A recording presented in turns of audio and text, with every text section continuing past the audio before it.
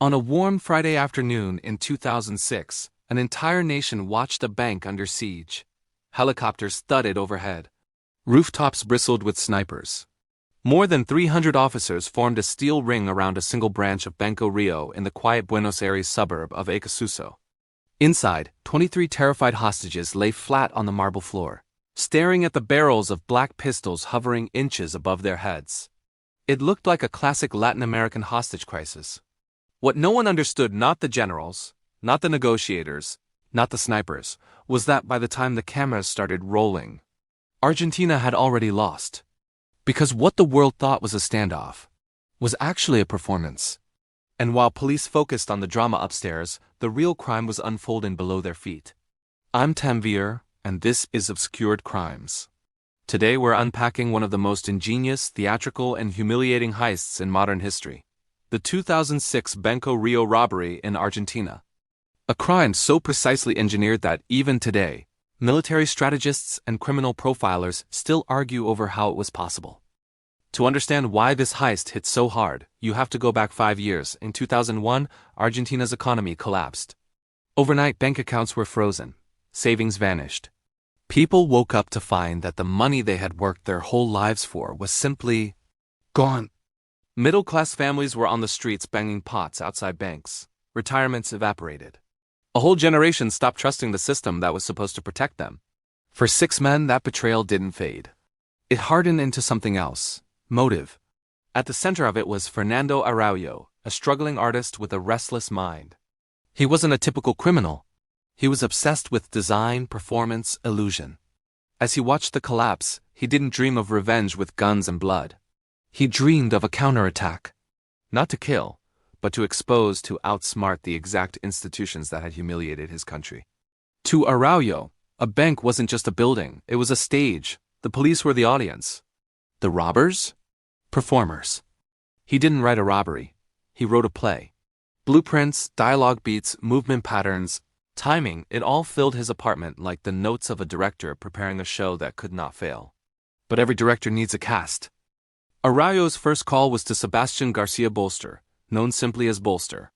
By trade, he was a mechanic, with hands that worked with the precision of a surgeon, and the scars of someone who had rebuilt his life from nothing after the economic crisis wiped out his family's savings. When Araujo showed him the blueprints and whispered the idea to synchronize teams, one above ground performing a fake hostage crisis, the other below breaking into the vault, Bolster didn't laugh. He leaned in. Under the bank, he saw something no banker ever thought about: a storm drain tunnel running right beneath the vault's concrete floor. A hidden artery in the city's infrastructure. To most people, it was nothing. To Bolster, it was a doorway. The tunnel wouldn't just be a physical passage. It was redemption carved through concrete. But to make this work, they needed more than a mechanic and an artist. They needed nerves. Enter Ruben Beto de la Torre, a veteran thief with a life full of sirens and close calls. He brought crucial experience in bank jobs, the ugly reality of how things could go wrong. And Beto brought someone else, Luis Mario Vitet Sellens, a charismatic Uruguayan ex-con whose presence could freeze a room. Vitet didn't need real bullets. His true weapon was psychology. His voice commanded attention. He could flip from calm to explosive in a second. He would become the main actor upstairs, the man the police believed was running the show. The crew rounded out with Doc, the planner and surveillance expert, who studied routines like a military analyst. Zalo, the driver, who knew Buenos Aires streets like a racetrack and could vanish a car into the city's veins. 6 men, each with a very specific talent. Together, they weren't just planning a robbery. They were planning a controlled illusion. No tool touched concrete before they understood every inch of Banco Rio. Doc became a ghost around the branch. Day after day, he mapped the bank's rhythms. When guards changed shifts, when managers took smoke breaks, when armored trucks arrived and left, which days wealthy clients visited their safe deposit boxes, when the building was fullest, and when it was weakest. What looked like a fortress from the outside slowly revealed itself as a machine, predictable, timed, almost mechanical. And any machine can be disrupted if you understand its code. But the men didn't just study the bank. They studied the police. Araujo dug through old hostage cases and SWAT operations. He dissected every pattern, how negotiators reacted when robbers screamed, How they behaved when criminals were calm, what they did when demands escalated, and crucially, what they did when robbers seemed cooperative. Even polite, he discovered a brutal truth. Chaos scares police. Predictability comforts them. If the robbers fed hostages, if they asked for harmless things like food and time instead of helicopters and jets, if they sounded reasonable, police would feel like they were winning. And when people feel like they're winning, they relax. That false sense of progress would be the spine of the performance upstairs. Meanwhile, Bolster descended into the sewers at night, wetsuit, headlamp, hand tools. He measured gas levels to avoid blowing himself up in methane pockets. He waded through waist-high wastewater. He timed his hammer blows, 10 seconds working, 10 seconds silent to avoid vibrations giving him away. In that darkness, the tunnel grew, inch by brutal inch. Above ground, the others rehearsed. In a rented warehouse, they taped out the shape of the bank's lobby and drilled. How to enter and control the room in under 90 seconds. Where to place hostages to keep them calm but contained. Tone of voice during fake negotiations lines. Vitat would use on the phone to sound stressed, but not dangerous even when to pretend to hesitate. So it felt real to the police at the same time. Zalo drove the city for hours at night. Mapping. Fastest routes in and out of Ekasuzo. Police station response times, back alleys, service roads, industrial zones where a van could disappear in seconds. Every piece surveillance. Psychology, tunneling, escape was not separate. It was one interconnected system. By early 2006, these 6 men understood Banco Rio and the police response to it better than the people in charge of protecting it. The stage was set. January 13, 2006, a warm Friday afternoon. At 12:31 p.m., 3 men in sharp suits walked through the glass doors of Banco Rio. They looked like businessmen. No masks. No shouting. No drama.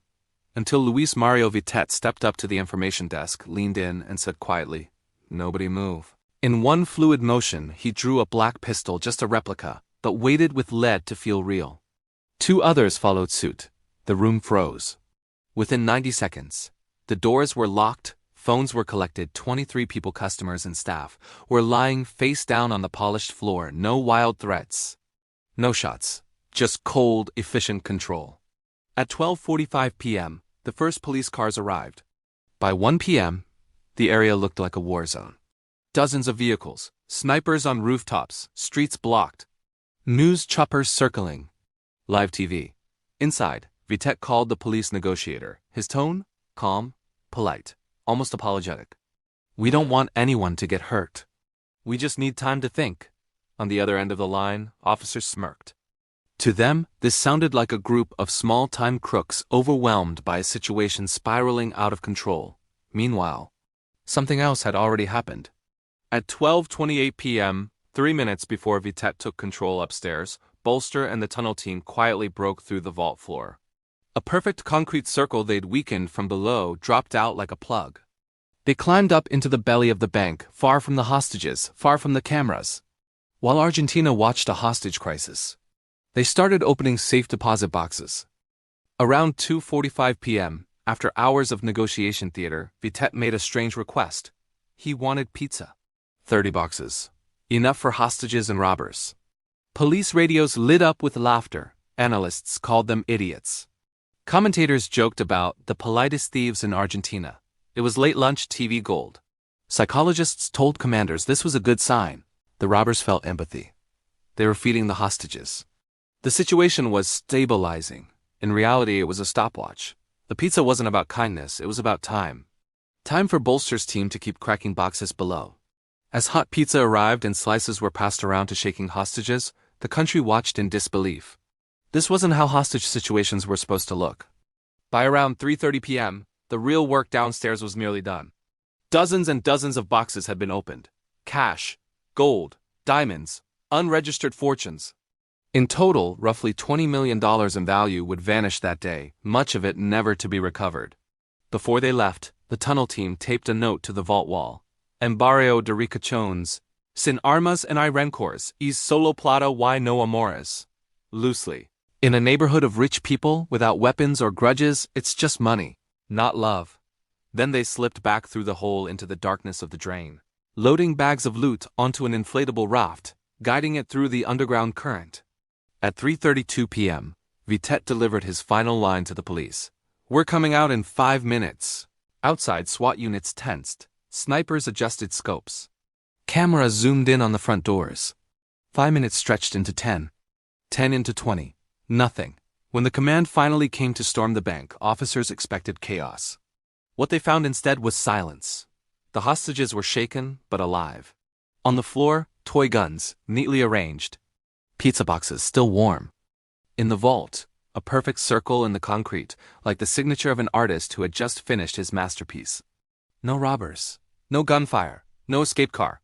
They hadn't escaped through the front or the back.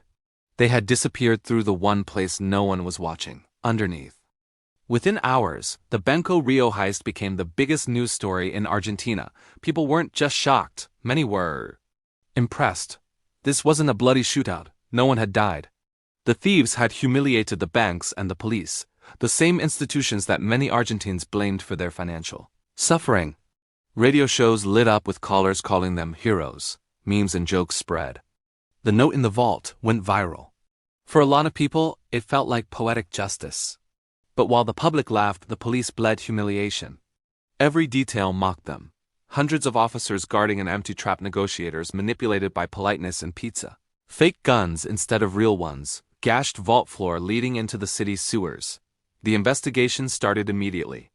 Forensics teams combed every surface. They found nothing. DNA, bleached hair samples, planted from beauty salons, useless for identification. The getaway van? Wiped clean and left to be found intentionally empty, every trail evaporated. It looked like the perfect crime might stay perfect. Except for one variable the crew had never rehearsed: life at home. Far from the cameras, in a modest house, Beto's wife, Alicia, started noticing things.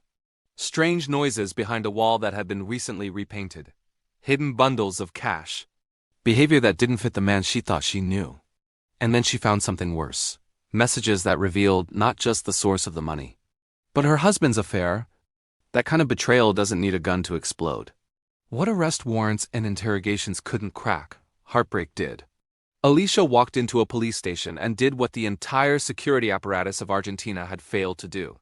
She gave them the story from the inside: names, roles, habits, conversations. On March 7, 2006, before dawn, federal agents moved in. Beto was arrested with nearly $1 million in cash. Vitet, Araujo, Bolster, Doc, and Zalo were rounded up within hours. No one resisted. There were no dramatic last stands. They had beaten the bank. They had beaten the police. But they hadn't accounted for the one thing no blueprint can control: a broken heart.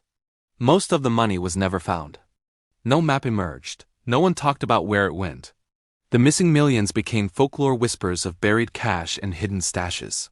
But the real legacy of the Banco Rio Heist isn't the treasure, it's the lesson. This case is now studied by criminologists, police negotiators, military strategists, psychologists, because it reveals several uncomfortable truths. Intelligence can beat force. 6 men with planning and creativity outmaneuvered an entire security system. Systems built on predictability can be exploited. The robbers didn't fight the police. They choreographed them. Illusion is a weapon. The hostage crisis was never about escape. It was a misdirection to let the real work happen unseen. But there's a quieter warning buried inside this story. These men conquered engineering, timing, and psychology. They predicted police moves hours in advance.